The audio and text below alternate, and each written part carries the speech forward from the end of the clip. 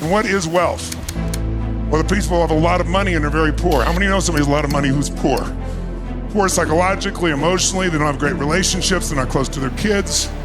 Really poor is the opposite of wealth. Wealth, if you want to give it a definition, is when you can extract the maximum joy out of any experience.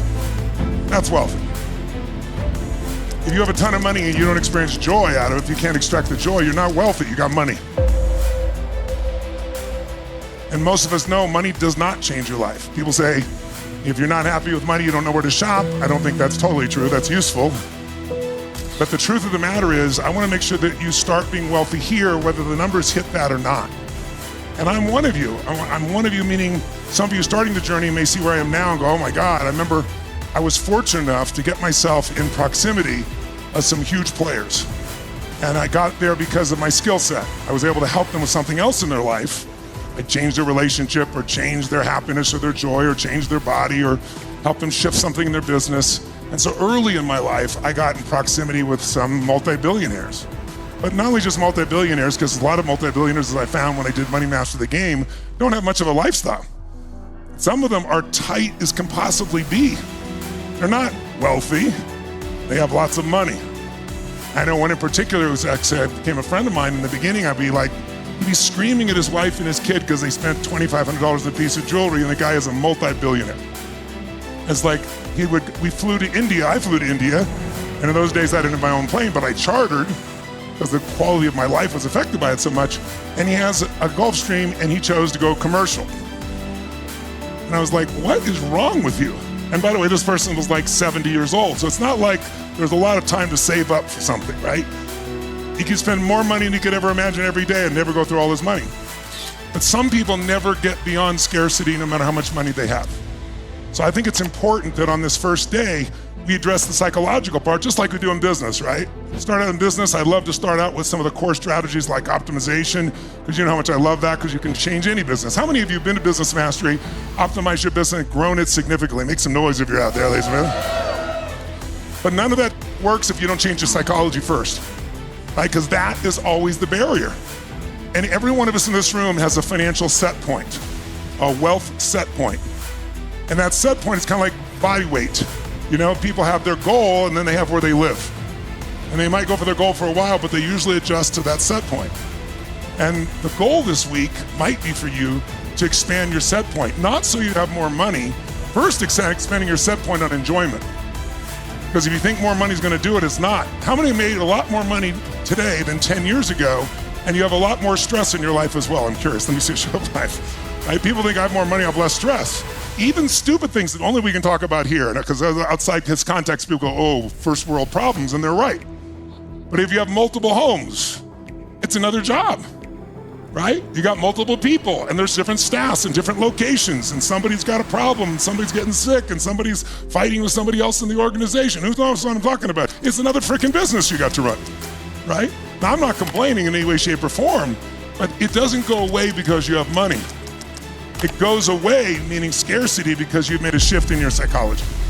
It goes away when you start finding wealth in every moment, when you can find the joy even in the stuff that used to piss you off or freak you out. That's when you become really wealthy. When you're 30 or 35 or 40, you think you know where you are, or you think you're at a certain age, but you have no idea that if most of you in this room are how many are under the age of 40, I should say? How many under the age? Yes.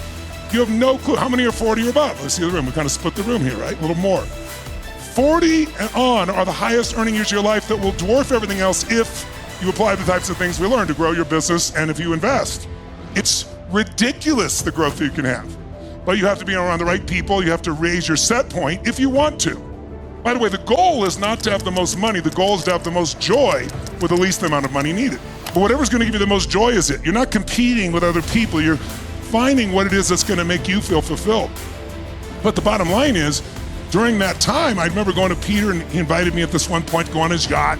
We were going in the Northeast there through all the islands. And these are all people in the movie business.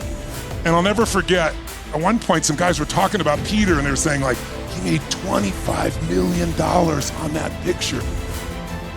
1 year. It was really a 5-year project, but all I heard was 1 year. $25 million. And at that point, it was like the most people had made in a film as an executive director, producer, I should say.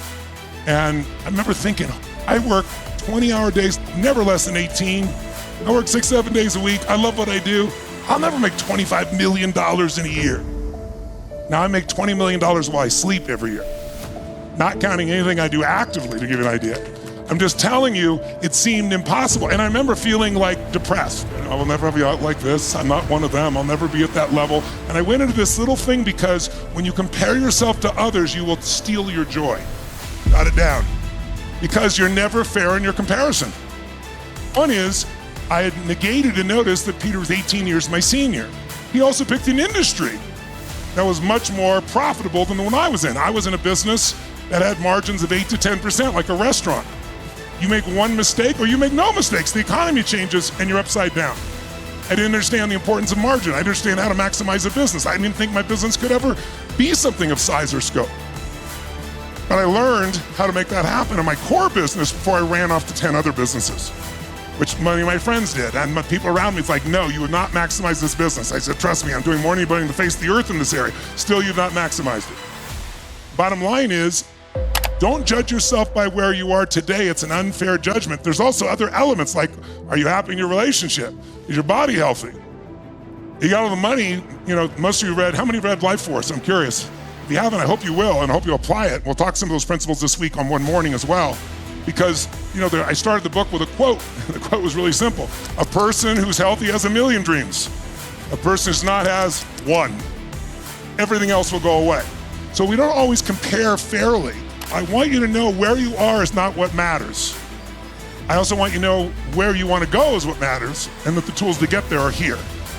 And in the beginning, some of you may feel a little overwhelmed because there may be language or terms that are used that you're not familiar with. Even if you're a sophisticated investor, some of these people may use terms.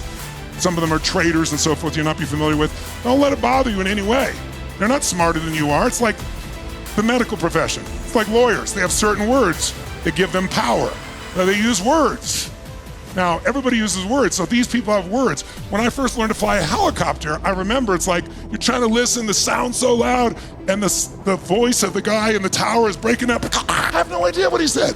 Even if I understood it, I wouldn't know what he said. But after a while, you'll learn, especially after about 5 days of immersion here. Things will start to make sense, just like if I threw you in Italy and didn't give you any language learning and said, I'll pick you up in 90 days. With no teacher, you'll figure it out because you're in immersion. And the same thing happens. After a while, you learn there's only so many patterns, right? There's only so many things the tower can say. So even though a part of it, you know what it means. You know the rhythm. And that's what will happen with you financially over the next decade if you handle yourself well. And my decade went from, I remember trying to figure out my financial plan of how do I get $2 million in income while I'm sleeping, which would have covered my lifestyle because I didn't own a $50 million house and all that kind of shit, or a BBJ. I was chartering planes. And so then it's like it grew from that to 20 million a year while I'm sleeping.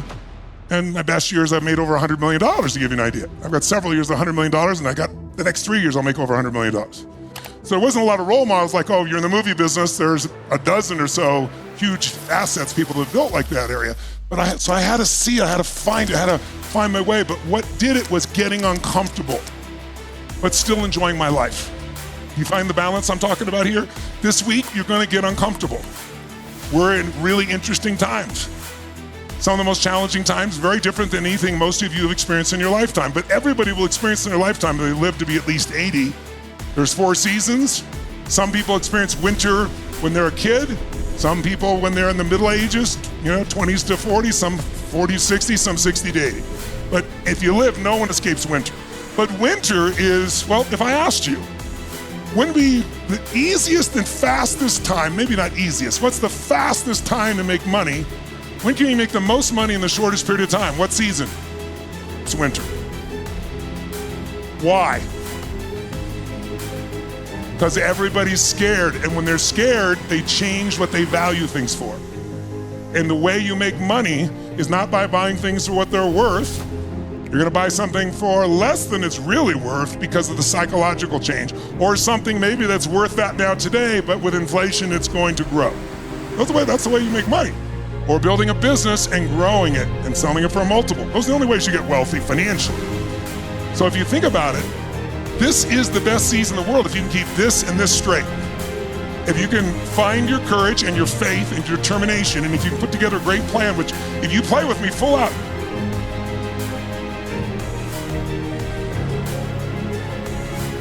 you've got great, sophistication, but you don't have great execution. And the only thing we're paid for is execution. This week, I want you to play like it's brand new, even if you've been here. And there's gonna be plenty that's brand new, because the world's brand new. But we live in a culture today where if you're not careful, you'll be infected by it. Where you think, I remember I had Prime Minister Tony Blair was here one year for us, for this program. Some of you were at the program, and we interviewed him, and we were talking about Brexit. And he said, what's really funny is people come to me all the time, and I'll tell them my point of view about Brexit, and they go, you're totally wrong, and they go on and on and on. And he'd say, well, I was Prime Minister for 8 years, I do have some understanding. But today people think if they've read about flying, they can fly any plane. Like if they've experienced something once and they understand it, they think they know it. That's not how it works. The greatest gift I've got it from Jim Rohn was repetition. To understand repetition is the mother of mastery. Repetition is the mother of skill. All skill comes from repetition. And so you hear it once, you start to understand it. What we're gonna share this week is not complex. My job is to make it as simple as I can so it's less complex for you. But you need to hear it and hear it and hear it, because each time you hear it with more emotion, more feeling, you apply another part and another part. Who's ever gone to a movie or read a book you'd read before and you read it another stage of life and it was like a totally different movie or book? Or I don't remember that shit being in the movie, right? It's because you're growing, because there's something new. So every time I make sure I don't say, I know this. When I was doing Money Master the Game, I'd spent 23 years coaching Paul Tudor Jones, one of the 10 most successful financial traders in the history of the world. I've coached him every day for 23 years. He is a genius. He gives me way more credit than I deserve, but I like it. But I've also learned so much from him. So I knew a lot before I went to go interview these people. But I was more than humbled because I went with a fresh view that as much as I think I know about working with the best guys on earth, there's so many ways to crack this egg, so to speak. And I learned so many distinctions. That was 10 years ago, 2013, when I was in the middle of writing that book. Where I am now versus I was then, because I've applied these tools, is beyond imagination. I'll have $1 billion net worth in the next 36 months, 5 years, if I don't do anything that has a blow up, just my normal asset at their normal growth at about 6 or 7%. And I never focused on money, it wasn't my focus.